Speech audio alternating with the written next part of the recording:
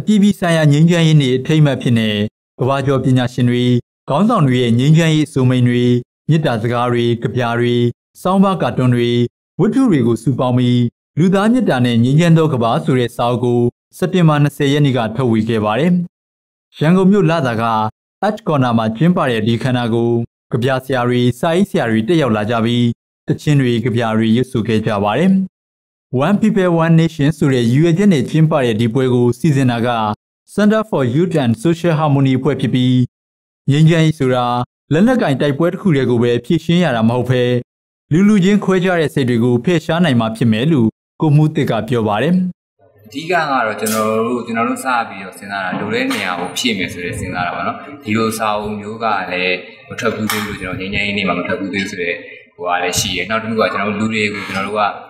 ခံစားမှုမျိုးစုံပေးခြင်းနဲ့စာအုပ်ဖတ်လိုက်ပြီးအနည်းဆုံးတော့လူတယောက်မှဒီငြိမ်းချမ်းရေးကိုတန်ဖိုးထားတဲ့စိတ်တွေချစ်ချင်းမေတ္တာတရားကိုတန်ဖိုးထားတဲ့စိတ်တွေလူချင်းတွေခွဲခြားဆက်ဆံမှုဓမ္မခံတဲ့စိတ်တွေအနည်းဆုံးတော့ဝင်သွားပါစေဆိုတဲ့စိတ်နဲ့ဒီစာအုပ်ကိုစဆင်နေကြ။ငြိမ်းချမ်းရေးအတွက်ရည်ရွယ်ထုတ်ဝေတဲ့လူသားမြတ်တာနဲ့ငြိမ်းချမ်းသောကမ္ဘာစာအုပ်ကိုဘယ်သူမှမဆိုပြန်လည်ကူးယူနိုင်ပြီးပြန်လည်ပုံနှိပ်လိုတဲ့သူတွေအတွက်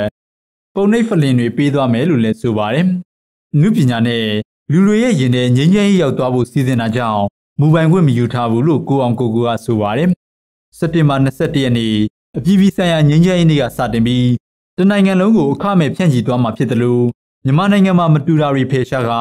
တူတာတွေကိုရှာဖွေနိုင်တဲ့လူအဖွဲ့အစည်းဖြစ်ပါစေလို့လည်းဆုတောင်းပေးခဲ့ပါတယ်။ဒီစာအုပ်နဲ့ပတ်သက်တဲ့ intellectual right ကိုကျွန်တော်ယူမထားဘူး။တော်တော်များဖြန့်ကျင်နေလို့ကျွန်တော်တို့ကြောင်းကြလို့ရတယ်။ခုကပုံနှိပ်ဆက်ကိုသွားကျွန်တော် flame နဲ့လုပ်ထားပြီးသားဆိုတော့ခုကဖြန့်ပြီးယူပြီးတော့ကြိုက်လို့ကူယူလို့ရတယ်။ဒါပေမဲ့ဒီထဲမှာတော့ပြင်လာတော့ဘာလို့ညာတော့ကျွန်တော်တို့မလုပ်သိချင်ဘူး။ဘာလို့ဆိုလုပ်တဲ့ဒီစာရေးဆရာရဲ့ intellectually သူ့ကိုကျွန်တော်လေးစားဖို့လိုတာပေါ့။ကျွန်တော်တို့ရှိမှစပွဲတွေအများကြီးဖြစ်ခဲ့တယ်။ဘာလို့ဖြစ်ခဲ့တယ်မေးလို့ရှိရင်မတူတာတွေကိုကျွန်တော်တို့ကအရန်ကို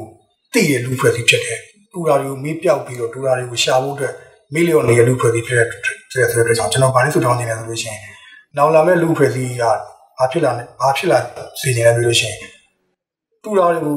ရှာဖွေပြီးတော့မတူတဲ့ဟာတွေကိုအပြန်အလှန်လေးစားတတ်တဲ့လူဖွဲ့စည်းဖြစ်ပါလိမ့်လို့ကျွန်တော်ဆိုတောင်းချင်ပါတယ်